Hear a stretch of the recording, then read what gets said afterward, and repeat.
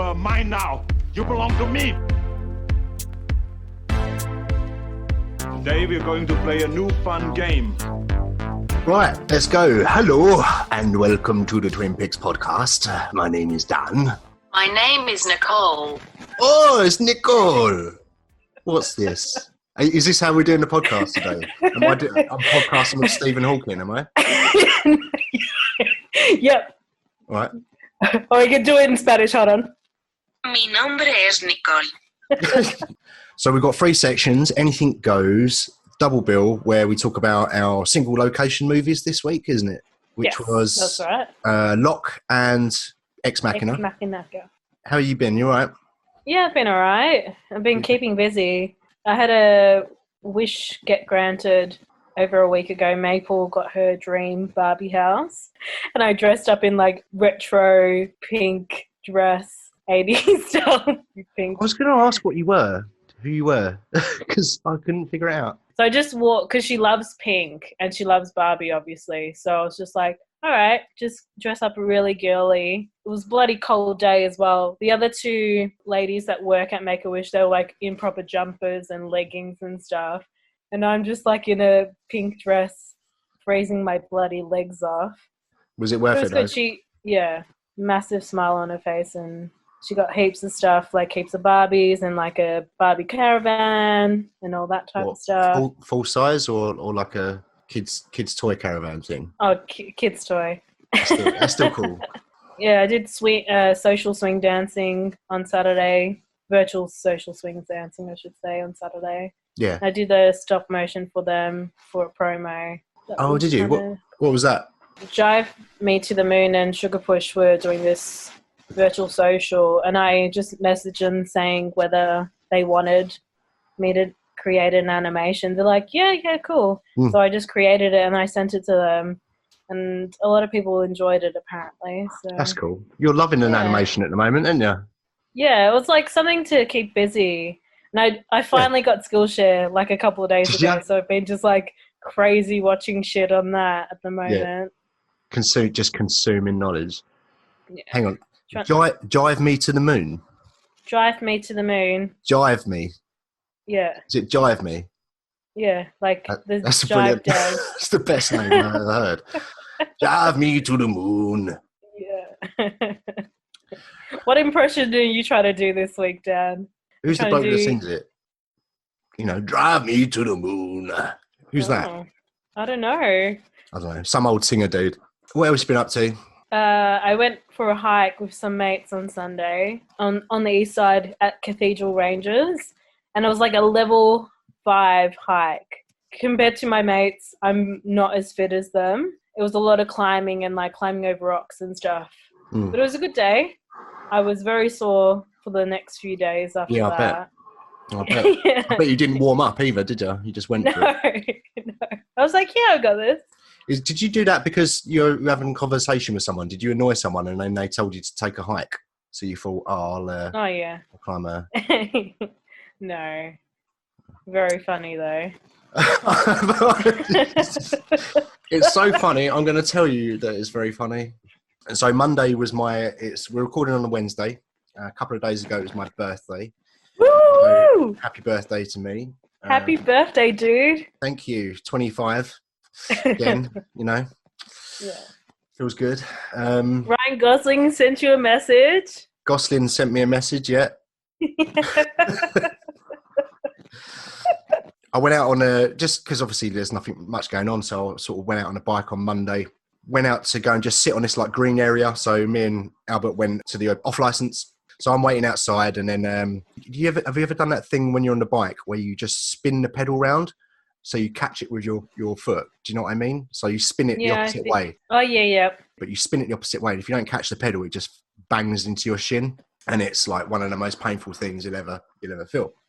Mm-hmm. So I did that. I got a couple of lumps on my shin. So anyway, so we're cycling around, and we went down the seafront, and I'm standing up, and I'm cycling one-handed, and I'm going quite quick, and I decided I'm going to, for some reason, left brake quite hard.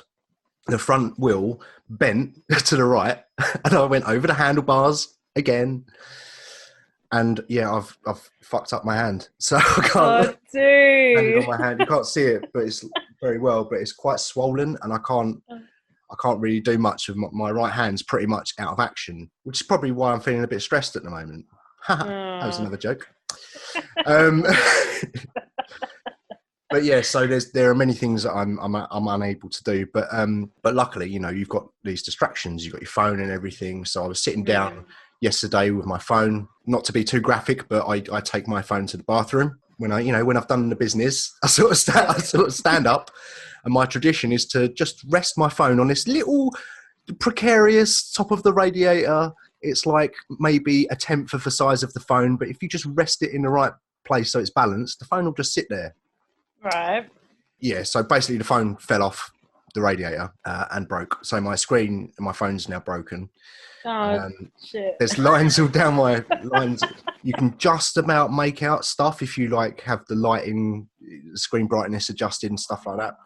So all of the notes that I had for the show, they're on there. Oh, shit, no. I can see them, but it's just annoying, isn't it? Like your whole life's on your phone, so I've had to order a new phone. Oh, so it's not just the screen. You can't just like replace the screen and then you're sorted. I probably could replace the screen, but like it's cracked all around the back. I was running out of space anyway. I was having to clear the cache 4 times a day because there was no space in it. I probably needed a new one anyway, so it sort of done me a favour, but I could have done without it at the moment. Yeah. Being in lockdown. Let's put that on the credit card. Let's worry about that later. Screwed up hand, broken phone, bruised shin, bruised ego. Oh. I got a cheer, by the way, when I came off the bike. Yeah, people loved it. Oh, you got a cheer? A cheer, brilliant. people were clapping, yeah. And then one bloke went, "Do you need an ambulance, mate?" And I went, "No." And he went, "I was only joking." I was like, "Fucking, that's nice, isn't it?" Genuinely, for a second there, I thought I might have done. Have you been watching anything interesting? It's Always Sunny in Philadelphia, which is always a good sort of show to sort of cheer you up. Nice, easy watch, 20-minute episodes. They're just a bunch of narcissists and idiots. To laugh at them. Nice, easy watching. I downloaded, you know, on Amazon Prime, you've got like sub channels that you can also subscribe to. And I got a week's free trial to Arrow Video, and they've got like quite a lot of old school horror films and stuff on. So I watched the entire franchise of Phantasm films, which are five horror films, which are pretty crazy. I'd never seen all of them, so I wanted to watch all of those. And then I forgot to cancel my free trial, so I've got it for another month. But there's nothing else really on there. There's a couple of bits like a Maniac Cop, things like Hellraiser, but I've got those already. There is some good stuff on there, but you could probably like burn through it in a couple of weeks, and then you probably won't need to have it anymore. Other than that, it's just really the podcast films that I've been watching. What about you? Yeah, I didn't go too crazy since we've done the last podcast. Like there was a time that I was like trying to watch 2 to 3 films a day because I'm trying to like build up the 300 movies. I'm at like 150, I think, at the moment. So I'm a little bit ahead. Something interesting that I watched was a documentary called Urine Aid. Okay. It's about wee, obviously. Let me guess. Yeah. It's about drinking your own urine. Yep. Okay. And the benefits of doing it. Yeah, exactly. It was a really weird documentary. I mean, I was almost tempted to be like, I wonder if this actually works. Did you try it? No, I haven't tried it. But the documentary wasn't put together really well. It was just like a bunch of people telling their opinions about it. It wasn't. There was a little bit of, doctors coming together. Did you see anyone drinking their own piss? Yeah. I saw someone get a needle, put the urine in it, and then stab it into their leg. Why would they do that? Because, I don't know, one way to put it in their body. But it's funny because he did that, and then like at the end of the documentary, he's got this like wine glass that he got the urine from, and then he just drinks it. So this guy, he drinks all of his urine. Even if he's in the car, he's got a bottle in the back of his seat, and he literally did it on camera. Like he pulled his pants down and like and filled up the bottle and then drank it instantly. It's disgusting. I was just like, I mean, was if like, okay. if you've got to do it, you've got to do it. Like, if you're out in the Yeah. wilderness, then, you know, Yeah. fair enough. You know, piss into a snake skin and wrap it around your neck and save it for later. Knock yourself out. But, like, if you're just milling about, Maybe I should give it to you for Stitch Up so you can watch drink it my own and piss. yeah, drink your own piss for a little bit and then see what happens. Yeah, I know what'll happen. I'll vomit my own lungs up. What else? I mean, I've been watching a few miniseries. There's one that would be potential for Stitch Up for you, but actually, I would be a real asshole to give it to you if I did. It hasn't stopped you before, is it? No, but this is really mean. It can't be. No, listen. No, it can't be as bad as Cats. It's called Love Life. Yeah, it's as bad as Cats. It's 30-minute episodes, and Anna Kendrick's like love life with either with different guys or like family members throughout the episodes. Yeah. So yeah, that would be really cunty of me to give you that. Did you just say cunty? Yeah. Oh, I don't like the C word, but like if you say cunty, I think it's really funny. No, listen, I agree. I love that word. It just makes me laugh. You're saying Or twat. I think that's a really funny word. it's a very British word, isn't it? You Yeah. twat. I like it. It's just a word, isn't it? Right, cunty, should we move on to the are we done with this section? Yeah, let's move on, cunty. Fuck you, mate. All right, let's move on to the main bit. The reason why we're here is to talk about our single location movies. And we came up with Ex Machina, which was from your list, Yes. and Locke, which was from my list. Right, so Locke, 2013, directed by Stephen Knight. I'm going to go through the cast list now. Tom Ooh. Hardy. Budget was 2 million, and the worldwide box office was 5 million. There were other people in this. But audio only, voice only. So there was Olivia Colman, and then you had Tom Holland, Spider-Man, which was one of his kids. But basically, yeah. So Tom Hardy plays Avon Locke, and he is a construction foreman, and he's about to embark on the biggest concrete pour in history in Europe. And he's got hundreds of trucks lined up and road closures, and it's a big old ball ache, all the stuff that he's had to organise, and it would have taken years of planning and organising. But he decides that he's got to go back and be with the person who's having his baby, his illegitimate child. Turns out he'd had sex with someone outside of his marriage, and he's having a kid. So he's going back to be there when that kid is being born. What do you think of this one? There was times that I kept on like looking at the clock, seeing whether like how much longer it had, kind of thing. I was wondering how it was going to end, whether like he was going to enter the hospital, and then also at the start when I heard like concrete, I was like, is he trying to like do some murder? Oh, all right. Is he trying to like murder someone? But then as you go through it, obviously you see that there's this massive pour, and he's not going to be there for it, so he's got someone else in mind and telling them exactly what to do. And also at the same time, he tells his wife, and she's not very impressed by it. No, she's got a massive fun. But I really like this film. The reason that I like it is because it's a very simple, quiet film, and it's just about his character. And you get enough development in there from phone calls. It's very, maybe because I worked in construction for so many years, maybe that's why I've got a slightly different view on it. But like I from the first minute, I knew exactly who he was. That's probably a bit of an exaggeration. I had an idea of who he was, and then certain things happen, and then they change your perspective slightly. Like when he was talking to his dad in a car, you know, he's trying to do the right thing. He knows that he's fucked up and he's screwed up, but at least he acknowledges that, and he says, "All right, well, let's try and make it better." You know, even when he gets fired for not being present in the concrete pour, he still wants to make sure that it goes smoothly, and so he's always trying to make up for his dad's mistakes, I guess. Is basically how he's living his life. Was his dad wasn't present in his life, right? There was a very quick line in it to say something like, "You didn't show up until I was 23" or something like that. And then it was like, by that point, it was like, well, you know, who needs you? I could relate to this film quite a lot for many reasons. One of them was that I worked in construction for a while, so I know kind of how high pressure that is and how demanding it is on your personal life. You know, you've got concrete going on overnight, your phone's on all night.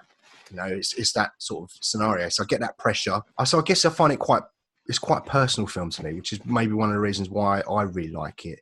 And the simplicity, and I'm always a sucker for the simplicity, and just to keep me gripped for an hour and a half when it's just about a bloke on the road, I think's, you know, pretty good. DOP was Harris Zambalakis. Oh, no way! How do you pronounce his name?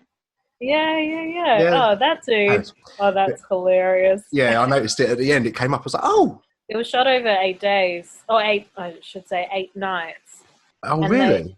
I was listening into an interview with the director and Tom Hardy, and it's like as though they had 16 versions of this film. Really? By the end of it, yeah. Oh, And blimey. the only time that they had a break was literally just to change the cards and the cameras. They shot it in a BMW X5 apparently, Yeah. and it was on the M6 motorway with a low flatbed trailer. So that movement is proper. There's no green screen, nothing. It was all on low loader. Yeah. There was one thing that I thought was quite unrealistic, though. You know, when he's driving along and every now and again the phone cuts out, it just cuts out and then they're gone. It wasn't very realistic because usually you'd be leaning over and shouting into the phone, "Hello, can you hear me? Hello?" And Yeah. you'd be doing that for 10 minutes. Whereas for him, it just cut off. Tom Hardy's good at Welsh, isn't he? Yeah. I actually thought he was like, I completely forgot. Because what is he, like Canadian or American? What, Hardy? He's British. Yeah. He's English. Oh, he's British. Yeah. He does an accent, doesn't he? He's always I don't know if I've ever heard his real voice, actually. I do wonder, because obviously you've got Ivan Locke. You've got Bane. He was born in the dark. And then you've got his super English accent in Dunkirk and all of that, and Inception. Yeah, and that's all for me. 7 out of 10. Pretty good. Yeah, I would have said 7 out of 10. Yeah. So let's move on to Ex Machina. 2015, directed by Alex Garland, who directed Dread. He directed a film called Annihilation, and he wrote 28 Days Later. He wrote the novel for that, and I think he wrote The Beach, didn't he, as well? And now he's a director in his own right. But anyway, the cast for Ex Machina: Donald Gleason as Caleb, Alicia Vikander as Ava, and Oscar Isaac as Nathan. Budget was $15 million US dollars, and the worldwide box office was 37 million. It was a single location, so you'd expect it to be fairly low budget. There weren't huge names when this film came out, so it wouldn't have been much on cast. It was a lot of VFX work, I guess, because pretty much every scene had VFX, or every scene with Ava had VFX. So I imagine a lot of the costs would have gone to that, and possibly the location as well, which was Norway, I think, wasn't it? Yeah, it was in Norway. So the movie is he's gone for a week trip to Alaska, but it was shot in Norway, and then Right. the studio stuff was done at Pinewood. Was it? So Donald Gleason, basically, he plays Caleb, and he's a coder, and he gets chosen. He wins a competition apparently to go and spend a week with his boss. Which, oh great! What kind of prize is that? Go on holiday with your boss? No thanks. Yeah. I don't want that. I don't want that prize. Keep it. Yeah, especially if your boss is a psychopath narcissist. But we'll get onto that. Yeah, so basically he gets the chance to spend a week there. He doesn't know why. Well, he knows that he's won this competition, but he doesn't know what he's going there for. He has to sign these non-disclosure agreements, and Oscar Isaac begins to explain to him what he's doing there. Basically, the premise of the film, as we learn, once he's signed those NDAs, is that Donald Gleason has basically got to carry out a Turing test because Oscar Isaac has seemingly created this AI, and they've got to test it using the Turing test, or a version of that Turing test. They do change it slightly because Oscar Isaac is saying, she's a machine. The trick is that we want to make you think she's got consciousness. Yeah. And it's told over 7 sessions between Caleb and Ava.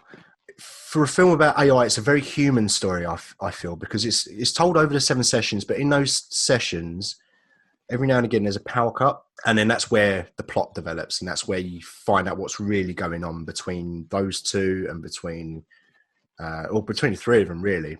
Some people have labelled this film as a feminist film. I'm not a woman, so I don't know if I can Really comment too much on that. I'm not a woman, no, never have. No. I didn't pick up on the whole feminist thing.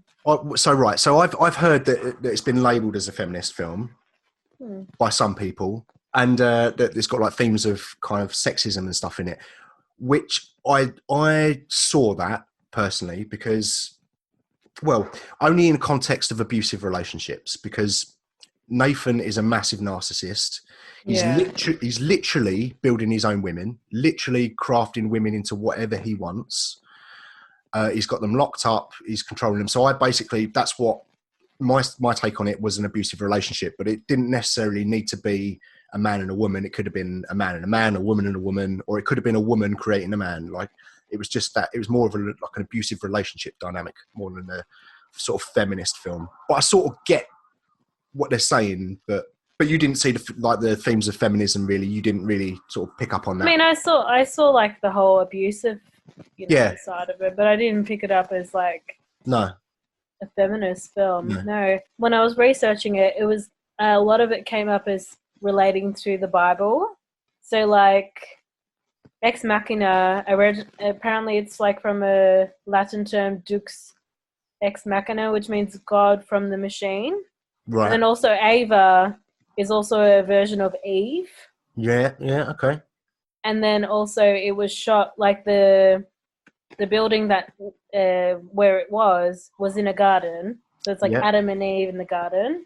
Garden of Eden. And then like the 7 days, the 7 sessions that they have. So like the 7 days of creation. And that is all my religious things that I found about this movie. Hang on, I've got a delivery. 1 sec. Okay. I was like, is that my computer making that noise? I think it's my new phone. Oh, good. Consumerism. See? Who says that acquiring material objects doesn't cheer you up? Right, so sessions. So sessions. You were just picking up on the religious aspects of it, which is really interesting because I didn't pick up on any of that. I think that this film is about AI, but it's a human story, I think. The thing that stuck out to me was the abusive relationships. Nathan's I've said this, keep saying this, but he's a massive narcissist. He's got no regard for anyone else. He's just doing what he wants to do.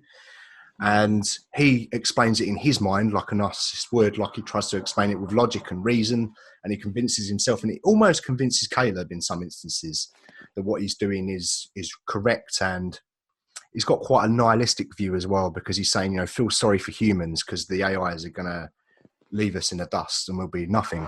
So he's kind of like, screw it, let's just do whatever we want. We find out that during the power downs, and Caleb and Ava have been chatting, seemingly they've been kind of falling for each other. So Caleb has been falling for Ava. We later find out that Nathan has created Ava based on Caleb's porn profile, as they put it, because Nathan runs this Blue Book search engine, which has got access to everyone's search data. Yeah. Which is how he sort of developed the consciousness as well, as using that big data. The behavior that Ava is displaying is a learned behavior. So if someone was in an abusive relationship, they might learn that behavior, and like the way to survive is to manipulate and get yourself out of that situation, which is exactly what she does. And you could argue that was the ultimate Turing test, is the fact that she's been put under this, she's been locked up her whole life, however long that's been, and she gets herself out of it by using the behaviors that she's learned from the narcissist abuser. So she begins to manipulate to get what she wants. And that's what I really liked about this film. It was AI, and it's this new consciousness, it's this new thing, but it's just another life. Like humans, one of the things that Alex Garland always says in interviews is that he's not really that afraid of AI. Like he's not that concerned, because what are we doing when you think about it? We're just creating a new life. And he said humans do that anyway. We have babies. We're always creating new life. So it's no different. So I do like that fact that she got herself out, and the way that she got herself out was a very human way of doing it. I really like it. What did you think of this overall? Well, I'd never seen it before, and I'm so glad that we watched it for the podcast. It was really good. I really enjoyed it. It was. I was also fascinated on how they shot Ava's, because obviously you see Ava's insides. body. Yeah. I was like, I wonder how they shot that. So they made a bodysuit. Yeah. And there was no green screen, nothing. So they shot this film like a drama. Yeah. And I was seeing photos of how they did it. I was like, oh, that's awesome. And then also how they created her body to make it look like the inside of a human structure, like the bone structure, but still mechanically wise. Yeah. It was really well done. It was really well done, wasn't it? And it was 6 years ago now, and it must have taken them forever to do all that digital work. And like you say, I think she was just wearing like a mesh kind of suit thing. Yeah, and very tight suit. Very tight suit. And she was, for me as well, she stole the whole film. I thought they were all fantastic in their parts. Oscar Isaac, like, you wanted to just reach out and strangle the bloke. From the very first scene as well, like, he was so passive-aggressive, I think, with one of the first things that he said to Caleb. You're just like, whoa, narcissist, red flag, immediately. Yeah, Oscar Isaac was brilliant as that scumbag. Caleb was good as the kind of nerdy bloke behind a computer falling in love with an avatar kind of bloke. Quite predictable. You could say he's kind of the everyman. He's got a bit of a white knight complex, you could say. It's very interesting that he's kind of sold as the good guy, but he's not really. The things that he does, I think it's for his own personal reasons, if you know what I mean. Because he's fallen in love with her. Yeah. Anyway, so I think Alicia Vikander completely stole this film, and she's got a background in dance, so she used quite a lot of her skills and her knowledge of dance to create sort of perfect movements, like efficient and smooth movements, which is something you see in other films to a lesser extent. In RoboCop, he used a mime artist. He trained with a mime artist to get his movements, and she obviously had all of her dance knowledge. But apparently in actual like development of robotics and stuff like that, apparently the holy grail is to achieve that smooth kind of movement. So you would think that maybe that's kind of quite real to what is actually going to happen. But I think she was the best thing in this film. I thought she was absolutely fantastic. Even her little twitches as well. Yeah. Like her head twitches, they were really well done. Yeah, really, just the way she tilts her head and moves like she's trying to imitate like a human interaction. I think the idea is that she did have a consciousness. I think that in the film she does, because at the very one of the last scenes is she walks out of the house and she smiles on her own. There's no one else with her. She just turns around, she smiles, and she leaves. So yes, she had a consciousness. One of the most interesting scenes in this film was towards the end, where Caleb kind of knows what's going on. Nathan kind of knows what's going on between them, and he knows that Caleb and Ava are conspiring for her escape. And he kind of catches them out and calls them out and says, "Look, I know what you're up to." And Caleb says, "Well, this is," and a twist in the film, Caleb's like, "Well, I've already actually done it. I've already let her go. I did all this yesterday, and you're screwed. She's going to get out." So she gets out and she stabs Nathan, which was a beautiful bit of imagery, I think, in that corridor, all in white. He was in white. And he gets stabbed, and you get the blood-stained white clothes, which was very powerful, I thought. But then also that leads on to her. She goes back to the room and starts to put new body parts on herself, while Caleb is watching from behind a screen. And I thought that was a really powerful image. For me, that's the singularity. So that's the AI. Humans are just watching now. We can't, we've built this AI and now it's off. Now it can build itself and it's off. And that's it. That's Pandora's Box. I would really love to see a follow-up to this film. I would really, really love to see a follow-up to this film. I don't know how you. Is it based on a book or anything? I don't think so. I think Alex Garland basically wanted to make a film about AI, and he just tried to he just took his best shot at it, basically. So he just wrote his screenplay. I don't believe he wrote the book first, but it's probably based on lots of different pieces of research, and he's probably used a lot of that stuff. But yeah, I'd love to see a sequel. I don't think they ever will do one, because it doesn't really need one. I just would like to see what happens in that world, because it's not like a future world, is it? It's kind of now. I think it's great, this film. I think it's absolutely brilliant. It's a 9er for me. I don't know what to give it. Maybe, can I give it 8.5? Give it whatever you want. Give it a 0 if you want. No, God, no. It's much better than a 0. I'll tell Alex Garland if you do. No, 8.5 out of 10. 8.5. Yeah. Yeah, pretty solid. It's pretty solid. 2 single location films, strong. One was in a moving car, one was in a static house. So, come at it from both angles. Shall we move on to our next bit where we talk about what films we're going to pick for the next episode? And it was your turn to pick a theme.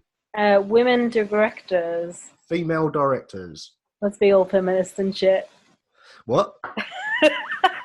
I said, let's be all feminist and shit. Let's be all feminist and shit. Oh, yeah, because Ex Machina is apparently about feminism. Yeah, apparently. We must have said the word patriarchy about 5 times in the last episode as well. So there we go. Oh, yeah, we did. And yeah. And this time we're going to do female directors. So basically, we're going to pick 3 films each that were all directed by females. Women. Simple. Okay. Do you know what you're going for? I do. I've actually just got 3. Have you? Yeah. Okay. Do you know what you're choosing? Yes. I've got a list of about 15, I think. Oh, okay. And I think I've seen most of them. There was 1 or 2 I hadn't seen, but I think I know what I'm going to narrow it down to. Do you want to go first, or do you want me to go first? I think you should go first this week, because I went first last week. All right. So my first movie is The Farewell. The Farewell. Okay, that's quite recent. It was that last year. That was last year. Lulu Wang directed that. My second choice is Honey Boy. Okay. And the last film is A Portrait of a Lady on Fire. I haven't seen any of these, so that's good. I've seen The Farewell, and it's really well done. I watched it on, obviously, an airplane little screen. I would 100% watch it over and over again. Okay, cool. What are your films? Right. You Were Never Really Here, directed by Lynn Ramsey. I've got American Psycho, directed by Mary Harron. And The Babadook, directed by Jennifer Kent. You had The Farewell, Honey Boy, and Portrait of a Lady on Fire. I picked You Were Never Really Here, American Psycho, and The Babadook. All of mine are pretty dark, to be honest. I've just noticed, just looking at that, thinking, bloody hell, like, none of them are particularly uplifting films. I think I know what I'm going to knock out of yours. I'm going to knock out Honey Boy. I'm not really very familiar. I've heard really great things about The Farewell and Portrait of a Lady on Fire. And I don't know much about Honey Boy. I don't know much about any of them, but for those 2 in particular, I've heard really great things. What are you going to knock out of mine? Because I know of this film. Yeah. And I know I'll probably watch it at some point. I'm going to get rid of American Psycho.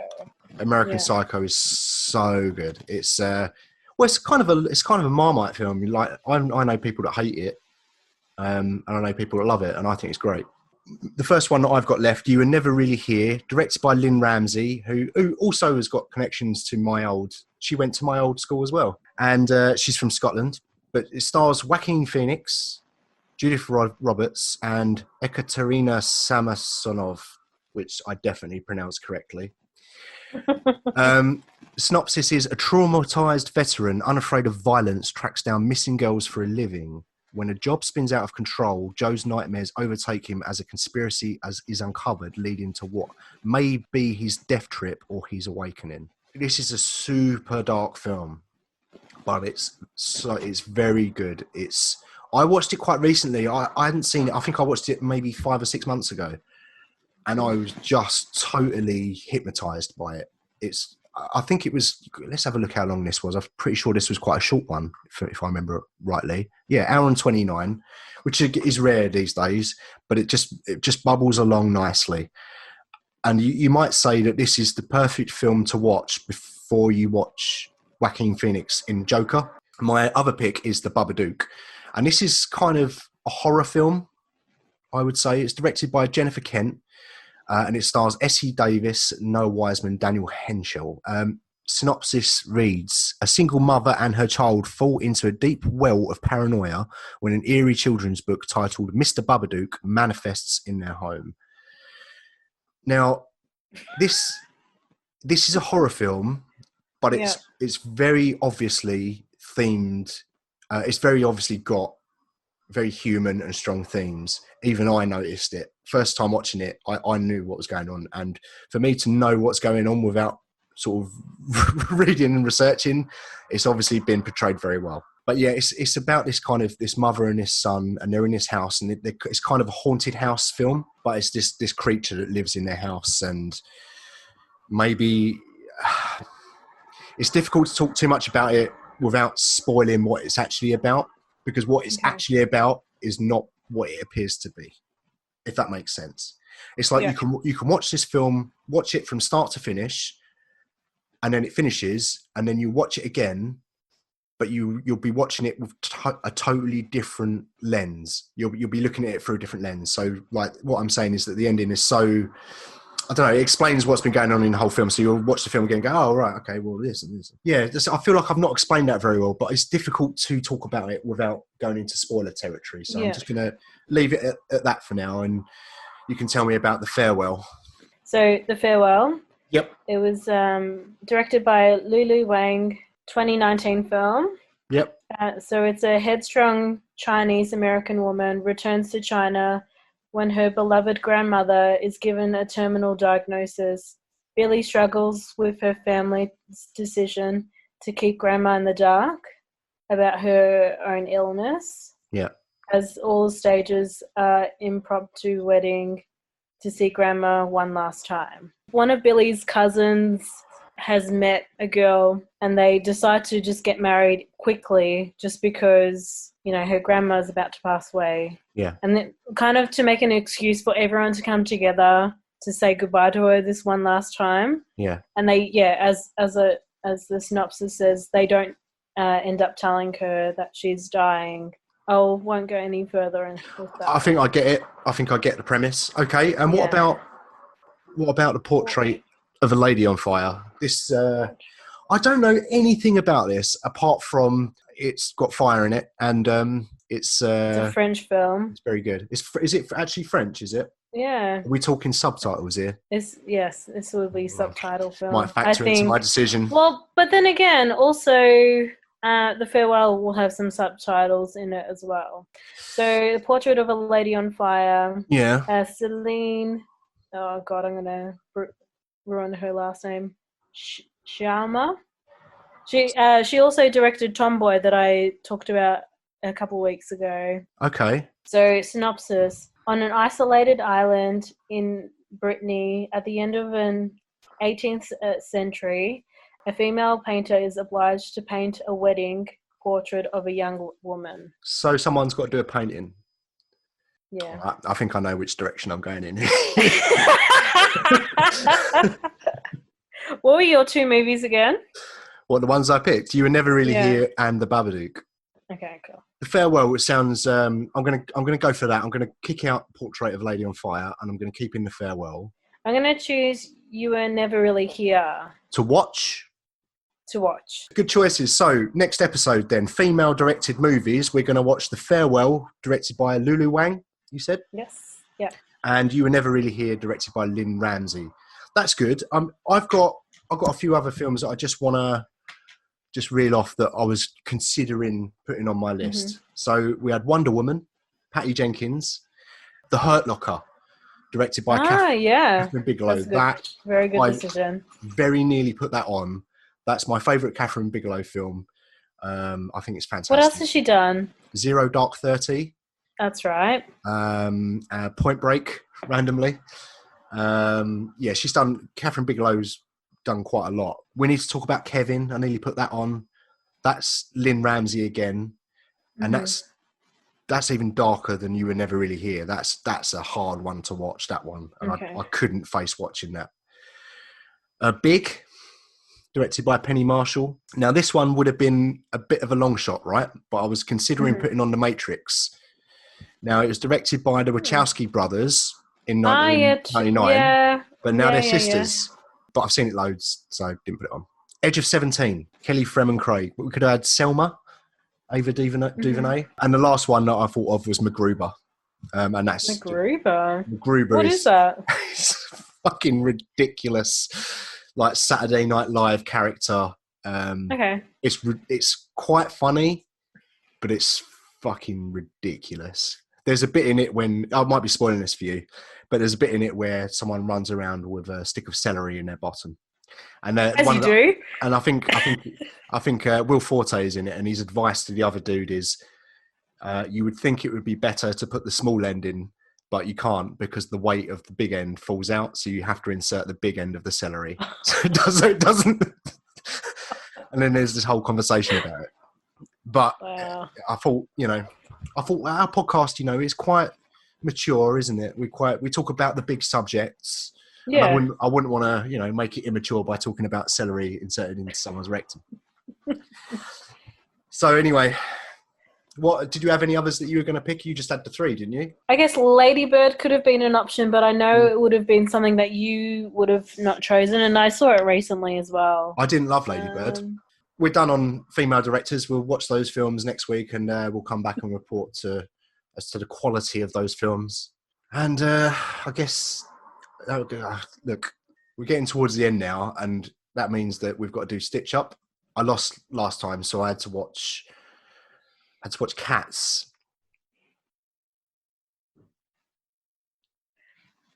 Yeah. I had to watch Cats. And you almost watched it on your birthday. You gave yourself a little treat.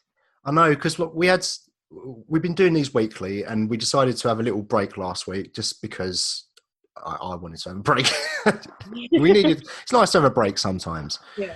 And but I still left watching Cats to the last possible minute, and I watched it last night. I didn't watch it on my birthday. I couldn't do it to myself, and I'm so glad I didn't. I want to start by saying, in this section of Stitch Up, it's not my intention to just rag on a film. I don't want to just pick a film and go, this film shit, this film shit, this film shit. I want to find some good stuff in it. Like sometimes, like Albert used to pick things like Casablanca for me, or and it's great, I really liked it. And then there's other times where I pick Human Centipede, where you've got nothing good to say about it at all. And this is very much in the Human Centipede camp, I'm afraid to say. It's not, listen, Human Centipede was horrible to look at, some horrible images, and this obviously it's not quite that bad, but still, Human Cats is a very strange thing. So 2019, directed by Tom Hooper. It's an adaptation of the Andrew Lloyd Webber play Cats, musical, which itself was based on T.S. Eliot's Old Possum's Book of Practical Cats. Yeah, usually I would try and explain a plot, but this time there is no plot.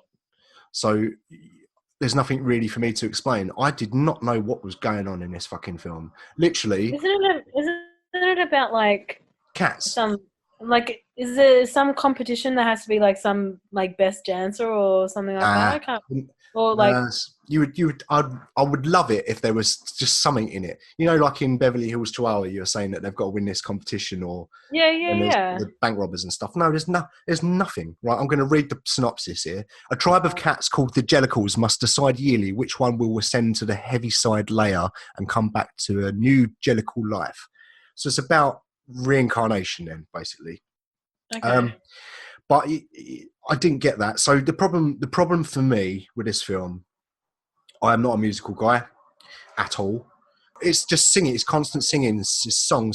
There's no actual spoken word dialogue. It's character introduction. Let's have a song. Let's do some inappropriate sexy cat dancing in a kid's film. It's like they all wanted to go just bugger off and have a giant cat orgy.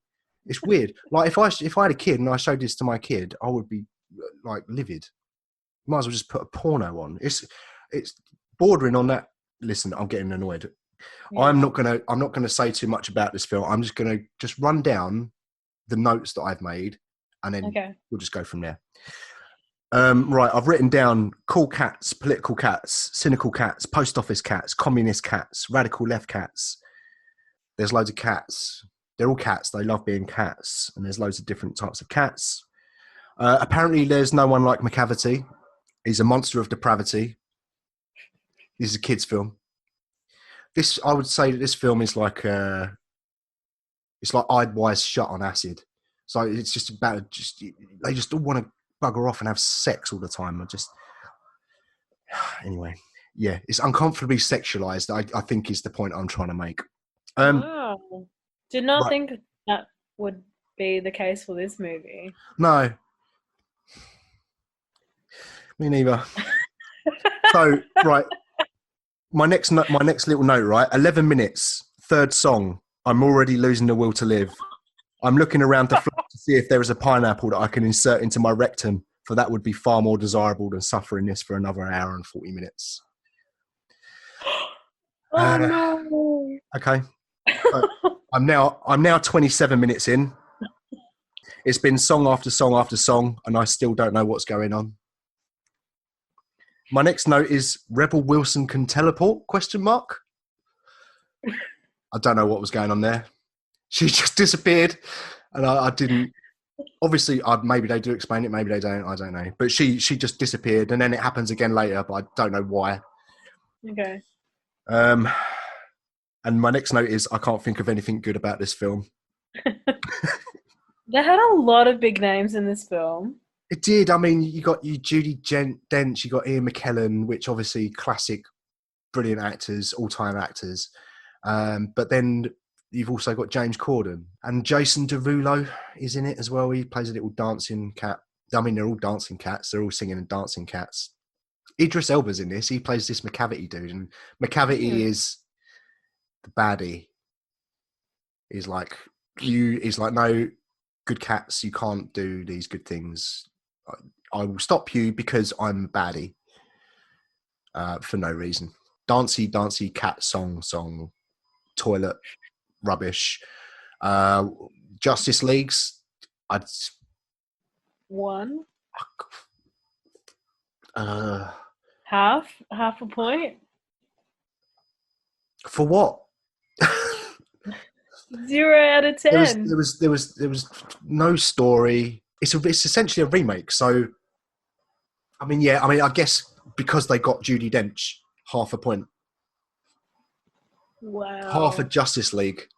That's fucking terrible. It's fucking terrible. It honestly, I can't begin to describe just how painful this is. I literally, like I said, 11 minutes in, it was on the third song. And I thought, by that point, I must be a good half hour in by now. It's 11 minutes. And it was just, like I say, it was just song after song. It was like character introduction, song, plot development, song, or not plot development. Or this character's pissed off, let's sing a song about it. This character's happy, let's sing a song about it. This character wants to go on a skateboard, let's sing a song about it. This character's dead, let's sing a song about it. This character's it just went on and on and on, a bit like this review is. So I'm going to cut it short. 0.5 Justice Leagues out of 10. Done. Right, that's enough about cats. Let's move on to the next bit. We've got to find out who lost the poll. You didn't do a poll? No. It was between me to watch Glitter and you to watch Beverly Hills Chihuahua 3. So we're going to have to toss a coin. Oh, you got one? You just pulled that out of your ass, didn't you? Was you sitting on? He was waiting for you. No, I was like, last time we had to toss a coin, you did it. So I guess I should do it this week. So you got to toss the coin. If you're tossing, I'm choosing. Yeah. Tails never fail. Tails never fail. Tails never fail. So if you get tails, then I have to watch Chihuahuas. Yep. And if I get heads, you have to watch Glitter. Yep. God. Come on, tails. Tails.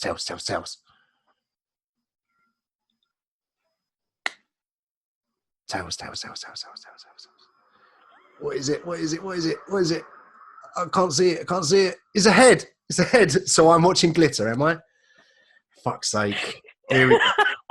Yes. Oh, thank God. You've got to stop giving me fucking singy films. It's because you know that I hate them. No. Well, I know what I'm gonna choose this week, but because it's your birthday, I'm gonna let you go first. Because I have a feeling Hang you on. might. What do you mean? I have a feeling you're gonna choose this film for me. Okay, I think you might be right. Next poll, then. I'm choosing for you. Oh You no! know what's coming. I know what it is. I know what it is. Artemis Fowl. Is that what you were gonna? Is that what Yeah, you was expecting? I Yeah? was like, I could be mean and go first, but I know. All right. Well, I have We to both pick had the you same for idea. Fuck. That's. What I is- actually, I was like, maybe it's not that bad. And I watched the trailer today. I was like, yeah. It's got some definitely pretty brutal reviews, isn't it? Like, it only came out a couple of days ago, but it's like it's being dragged through the mud. Mud.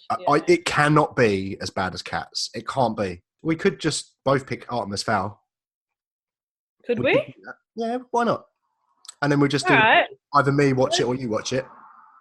If you've got another film that you want to choose for me, then you can choose it. But if you want to just if you want to just do Artemis Fowl versus Artemis Fowl, I'm fine with that. Yeah, let's do that. This is going to be interesting. Could be a bit fairer, couldn't it? So one of us is definitely watching Artemis Fowl. So next week's episode, we're going to be watching 2 female-directed films. We're going to be watching The Farewell You Were Never Really Here, and I'll be watching Glitter for Stitch Up, and then that's it. Sweet. Who's doing the poll, me or you? I was meant to put this one on, so I'll do this one, if that's all right with you. Okay. I'll chuck this on. Yeah. You can still vote. I won't tell my mates. And that's about it, really, isn't it? So we're another episode in, another episode done. We've got another one to do next time. Is there anything that you want to say about your blogs or your... You can check out my stop motion stuff on Nika Creative. Yeah. What's that, Instagram? That's on Instagram. Yeah. How can we find you, Dan? Well, you can find me if you go onto the internet. If you go on Instagram, I'm flick.face. On Twitter, I'm flick_face. If you want to email the show, you can email us at twinpixpod@gmail.com. Got some ideas for themes. Someone messaged me yesterday or the day before. Might have been on my birthday, actually. Someone messaged me who's an Australian listener. Hey! They've got an account called film.foods, I think it is, on Instagram. And they basically post... Yeah, they follow me too. Oh, really? Yeah, they do. Well, they've been listening, and they've got quite a good account where they post about food that's in film. Yeah. They're quite interesting scenes in that. So, but they messaged me and they said that they'd listened to the last couple of episodes, which were single location, and what was the other one? We did single Movies in a location day. and movies in a day. Yeah. That's right. And then I told them that we were going to be doing female directors next. So, so we've got a listener. That's good, and it's one of your lot. I wonder if I don't think I know them. Well, but, Australia's a big place, isn't it? Yeah. I mean, where are you? Maybe. You're Melbourne, aren't you? Melbourne. Yeah. I think that's it, really. I've got nothing else to say about films or anything else, really. So yeah. So I'm going to go off and eat some quinoa. Quinoa. Yeah. Quinoa. I'll see you later. See you. All right then. Bye, guys. See you next week. Bye. Bye. Yeah, bye. Bye. Bye. That was weird, wasn't it? Have to check the shuttering. 1-inch slump test. Very important. You have to run to the road and get the gang. Get them to fix the shuttering. Give them £500 each.